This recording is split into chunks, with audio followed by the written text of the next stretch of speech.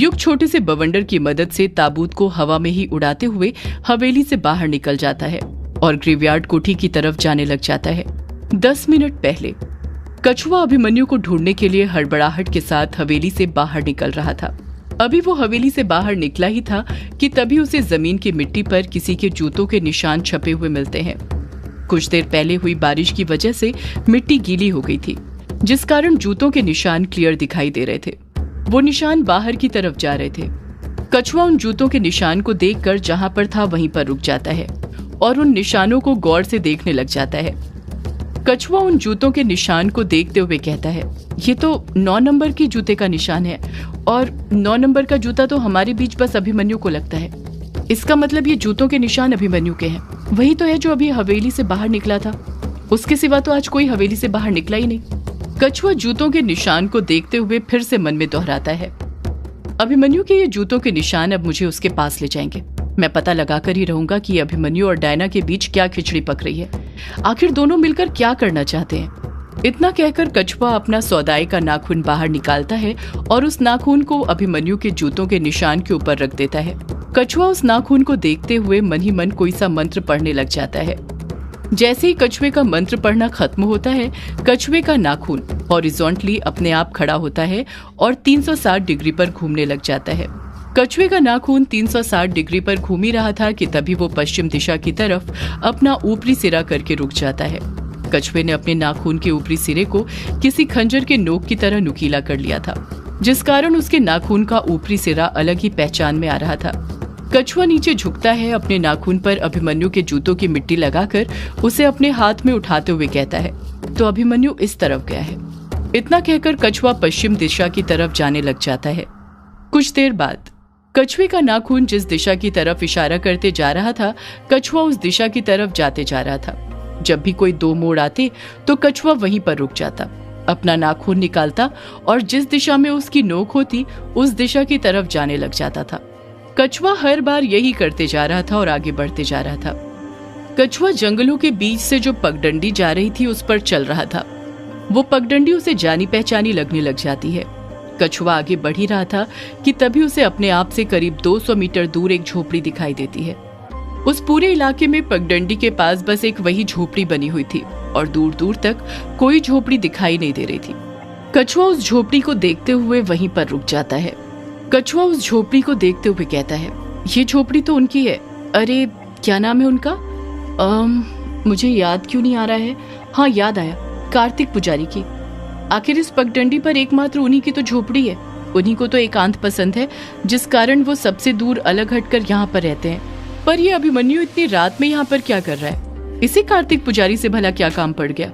यही सब बड़बड़ाते हुए कछुआ तेजी के साथ अपने कदम उस झोपड़ी की तरफ बढ़ाने लग जाता है। कछुआ झोपड़ी के पास पहुंचने ही वाला था कि तभी कोई पीछे से उसके कंधों पर हाथ रख देता है। अचानक से हाथ रखने के कारण कछुआ डर जाता है। कछुआ धीरे धीरे पीछे मुड़कर देखने लग जाता है। जब वो पीछे पलटकर देखता है तो दंग रह जाता है। पहले तो उसे अपनी आंखों पर यकीन नहीं होता। जब वो 1-2 बार अपने हाथों से अपनी आंखों को मलता है तो देखता है कि उसके पीछे कोई और नहीं बल्कि अभिमन्यु खड़ा हुआ था। कछुआ चैन की सांस लेते हुए अभिमन्यु से कहता है, अभिमन्यु तू है? तूने तो मुझे डरा ही दिया था।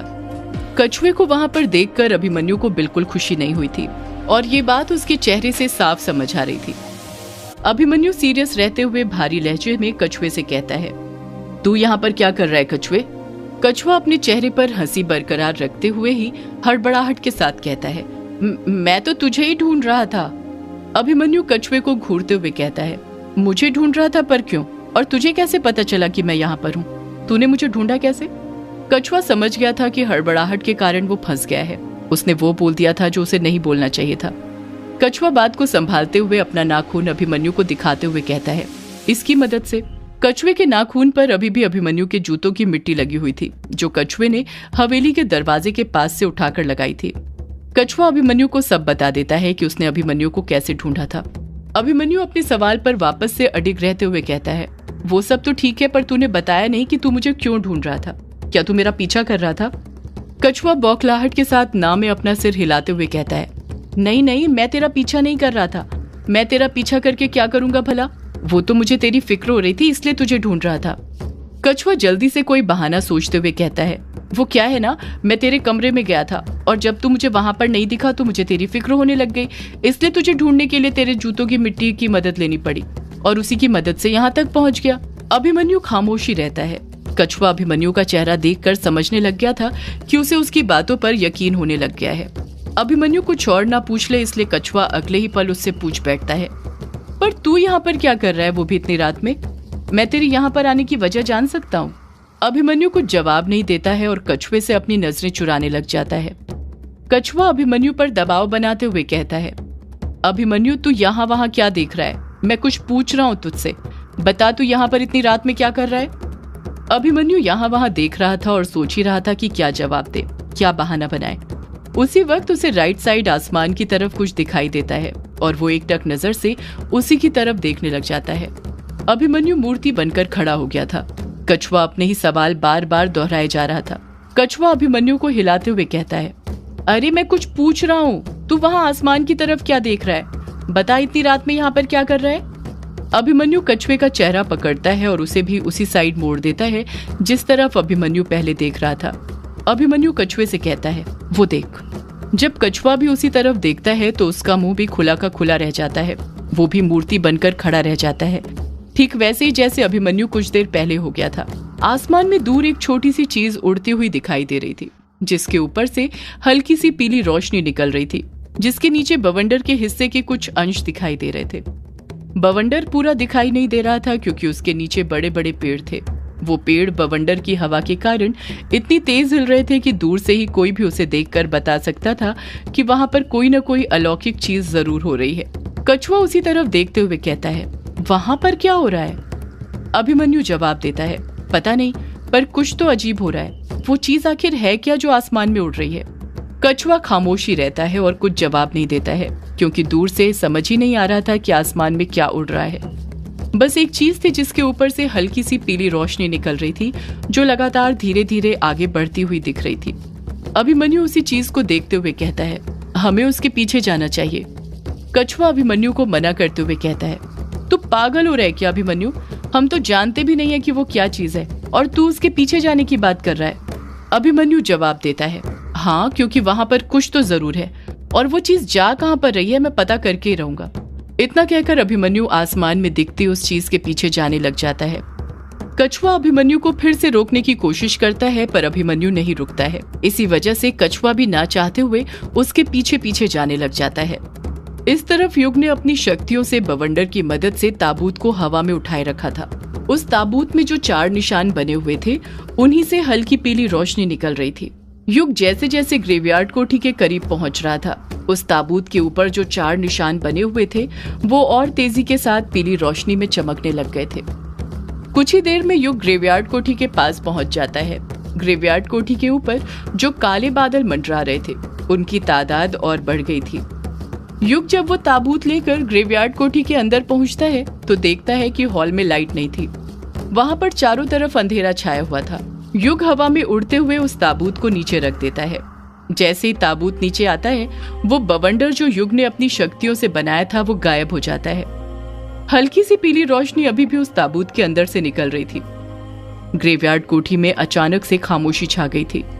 युग अपने आसपास काले साए को देख रहा था पर उसे सिवाय अंधेरे के कुछ दिखाई नहीं दे रहा था। वहां पर इतना अंधेरा था कि उसे सिर्फ ताबूत दिखाई दे रहा था और कुछ नहीं, वो चीजें भी नहीं जो पहले हॉल में रखी हुई थी। युग अपने आसपास देखते हुए कहता है, मैं आ गया। कहाँ है तू?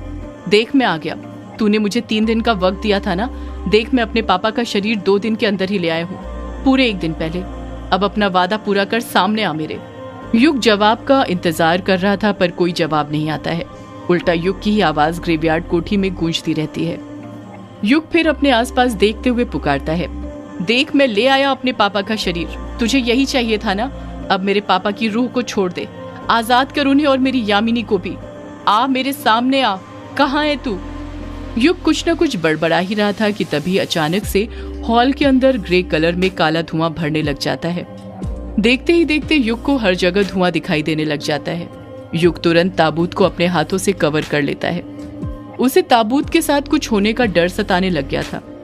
देखते ही देखते वो धुआं जो हॉल में भर गया था वो युग के सामने 5 कदम की दूरी पर इकट्ठा होने लग जाता है। वो धुआं काले साए के आकार में आ जाता है, जिसका कोई चेहरा तो नहीं था, पर बड़ी बड़ी पीली जंगली जानवर की तरह 2 आंखें थी और बड़े बड़े जानवरों की तरह पीले दांत जरूर दिख रहे थे जो अंधेरे में चमक रहे थे। उसके दांत और आंखों से भी वैसी ही पीली रोशनी निकल रही थी जैसी ताबूत के ऊपर जो निशान बने हुए थे उनमें से निकल रही थी। वो काला साया युग की आंखों में देखते हुए कहता है, मुझे पता था युग, ये काम तू ही कर सकता है। तू ही अपने बाप के शरीर को उस पंचिम गांव से वापस से इस ग्रेवयार्ड कोठी में ला सकता है, तभी तो तुझे वहां पर भेजा था। ला, अब ये ताबूत मुझे दे दे, ये अब मेरी अमानत है। युग अपने दोनों हाथों से ताबूत को कवर करने की कोशिश करते हुए कहता है, बिल्कुल नहीं, ये ताबूत मैं तुझे तब तक नहीं दूंगा जब तक तू मेरे पापा और मेरी यामिनी को छोड़ नहीं देता। पहले उन दोनों को आजाद कर। काला साया युग को घूरते हुए कहता है, अच्छा तो ये बात है, तू चाहता है कि मैं तेरे पापा और तेरी वो माशुका यामिनी को आजाद कर दूं? अभी किए देता हूं। इतना कहकर काले साये ने अपने दोनों हाथ आगे किए ही थे कि उसके दोनों हाथों में एक एक बोतल कांच की आ जाती है। एक सफेद कांच की बोतल जिसमें यामिनी कैद थी जो क्लियर दिखाई दे रही थी, पर दूसरी जो बोतल थी उसके आसपास धुआं मंडरा रहा था, जिस कारण ये समझ नहीं आ रहा था कि बोतल के अंदर क्या है, युग के पिता की रूह है भी या नहीं। यामिनी की तड़पती हुई आवाज सुनाई देती है, आप यहाँ पर क्यों आ गए युग बाबू? आपको यहाँ पर नहीं आना चाहिए था। और ये क्या, ये ताबूत क्यों लेकर आए हैं आप? आपको ये सब नहीं करना चाहिए था। वापस चले जाइए यहाँ से। ये काला साया जैसा चाहता है वैसा कुछ मत कीजिए, वरना सब खत्म हो जाएगा। जाइए युग बाबू, वापस चले जाइए। युग यामिनी को दर्द से तड़पते हुए देख नम आंखों के साथ कहता है, मैं तुमको छोड़कर नहीं जा सकता यामिनी, मैं तुम्हें लेने आया हूँ और मैं तुम्हें यहाँ से लेकर ही जाऊंगा। सदियों से है पुरानी ये है यक्षिणी की कहानी। यक्षिणी एक आग है, यक्षिणी तेरा ख्वाब है।